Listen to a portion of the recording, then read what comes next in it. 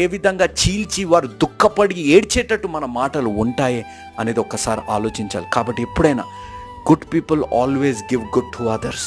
మంచివారు ఎప్పుడైనా ఇతరులకు మంచి కోరే విధంగానే వారి మాటలు ఉంటాయి. అది యేసయ్య మాటలు అనేది మనం గ్రహించాలి.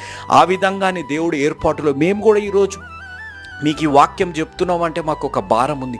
మీరు మంచిగా ఉండాలి, ధైర్యంగా ఉండాలి, మీరు ఎదగాలి, ఆత్మీయంగా ఉండాలి, ఈ అంధకారమైన లోకంలో ఒక వెలుగుగా మనం జీవించాలి అనేదే మా ఆశ, మా వాంఛ అనేది మనం గ్రహించాలి.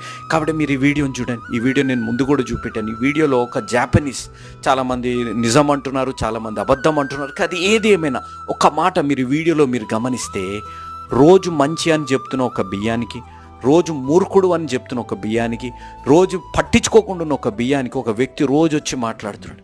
మంచి అని చెప్తున్న ఆ బియ్యము చాలా బాగుంది, మూర్ఖుడు అని చెప్తున్న బియ్యము